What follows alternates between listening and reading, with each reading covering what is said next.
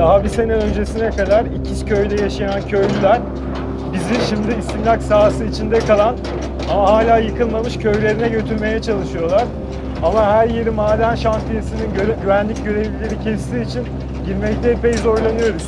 Her gittiğimiz yönde karşımıza maden şirketinin arabaları çıkıyor.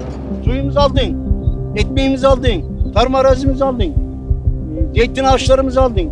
Biz burada nasıl yaşayacağız yani? Bana çok zor geldi. Ben istemiyorum.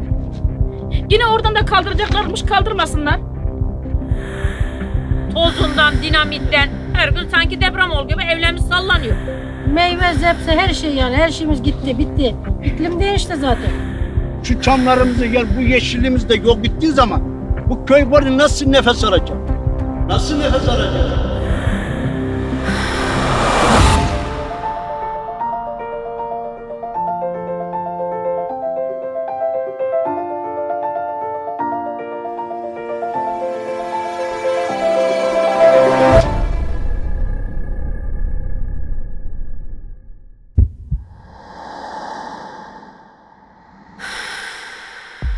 Tüm dünyada olduğu gibi Türkiye'de de iklim değişikliğinin ana iticisi enerji sektörü.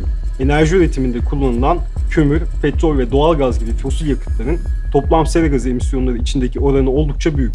Fosil yakıtlarla çalışan santraller, en başta da kömüre dayalı termik santraller, iklim ve doğaya zarar verdiği gibi halk sağlığını ve toplumsal yaşamı da etkiliyor.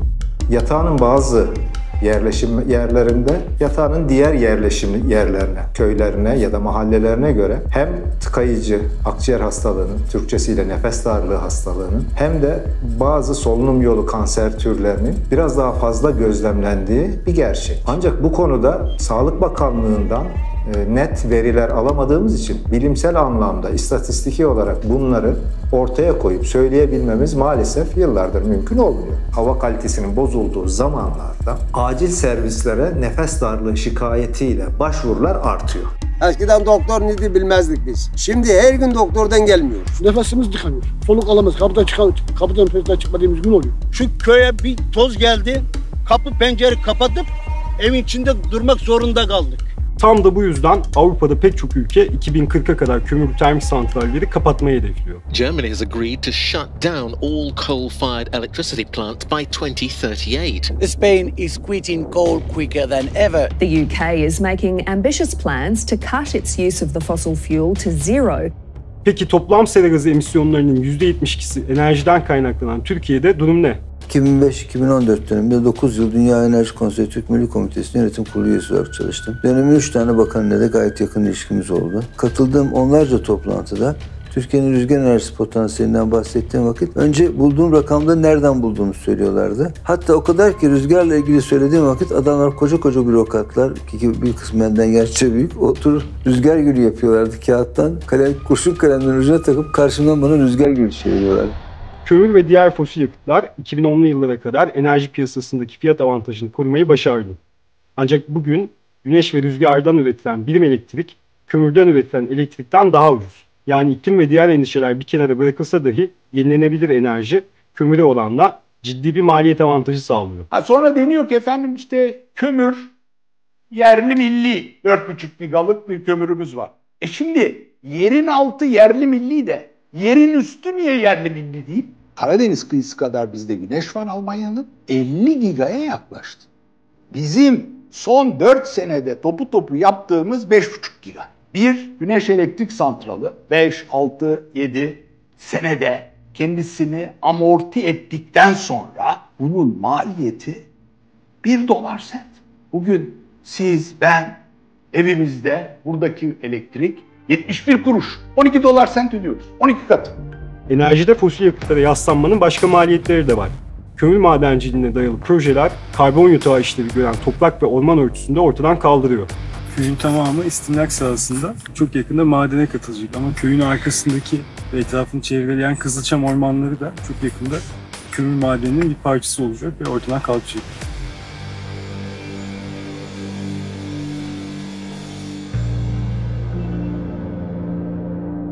Yani Allah kimseye böyle bir göç yaşatmasın. Gerçekten bizim için çok zor. Çok.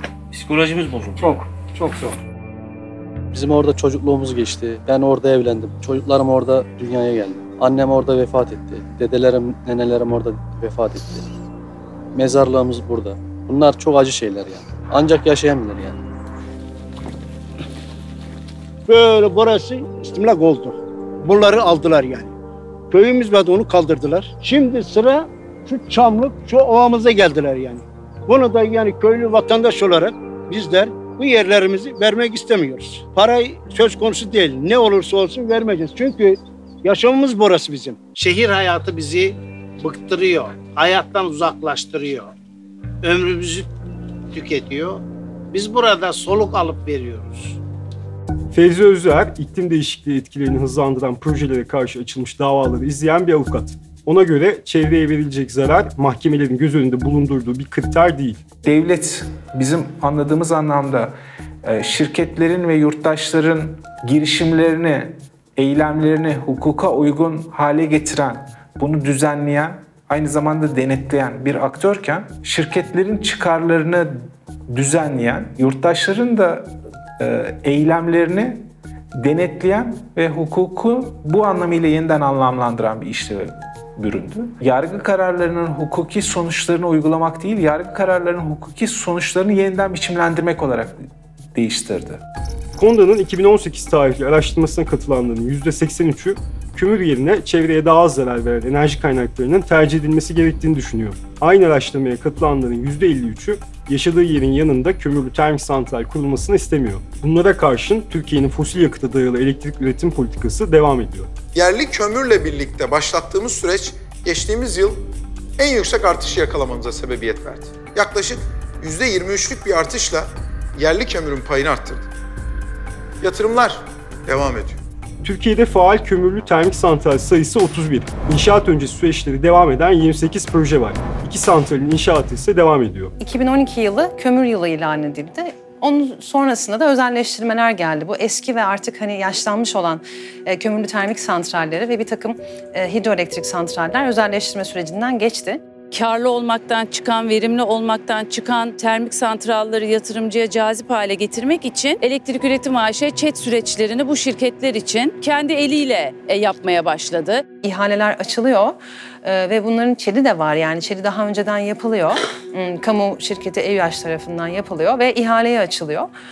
Ona rağmen 7 kere bu ihale ertelendi Eskişehir Alp örneğinde. En sonunda rafa kaldırıldı. Başka bir yöntem düşüneceğiz diyerekten ama ortadan da kalkmadı. Yani hala daha Türkiye'nin enerji vizyonunda, o 2023 enerji vizyonunda olan 4 veya 5 yeni ve büyük kapsamlı lignit santrali var. Bir takım bürokratik engelleri aşarak işte böyle tırnak içinde sektörün de kılçıksız diye tabir ettiği bir biçimde aslında böyle tepside hazır halde özel sektörün hizmetine hazır hale getirdi bu projeleri. Bacasına filtre taktırmayan termik santraller için verilen süre 1 Ocak'ta doluyor. Gerekli düzenlemeleri yapmayan tesisleri yaptırım bekliyor. 2014 yılında özelleştirilen kömürlü termik santrallerin çoğunda taahhüt edilen teknolojik yenilemeler gerçekleştirilmedi ve bu santraller yıllarca baca arıtma filtreleri olmadan çalıştı. Kasım 2019'da meclis bu santrallerin yardımına koşarak baca filtrelerinin takılmasını 2,5 yıl daha erteleyen kanun teklifini kabul etti. Kabul edenler, kabul etmeyenler madde kabul edilmiştir. Ancak AK Parti ve MHP oylarıyla kabul edilen tasarı Cumhurbaşkanı Erdoğan tarafından veto edildi. Sayın Cumhurbaşkanımız bu düzenlemeyi doğru bulmamış ve biraz evvel veto etmiştir. Siz çok daha fazla para kazanacaksınız diye biz halkımızın zehirlenmesine fırsat veremeyiz. Vetonun ardından Ocak 2020'de 5 termik santralin mühürlenmesi iyi bir başlangıç olabilir. Ancak henüz ortada kömürden çıkış için hazırlanmış bir plan yok. Üstelik yeni kömürlü termik santral inşaatları da devam ediyor. Hem elektrik üretimini hem de birincil enerji arzını sera gazı emisyonlarından ayrıştırmak için yapılması gereken pek çok şey var. Fosil yakıtların egemenliğini sonlandırmak ve yenilenebilir enerji kaynaklarının payını arttırmak bunların başında geliyor. Termik santral yapılmaması istedim. Onu yanlış söylemişler. Ama termik santral yapılırsa yani buraya çok zarar olur. Neden zararlı? Hadi bakayım söyle bir anlat. Meyvelerimiz kurur. Yok aman ha kurumaz. Yatan da kurumuş. Siz burada kontenjan istiyorsunuz öyle mi? Biz yapılmamasını istiyoruz.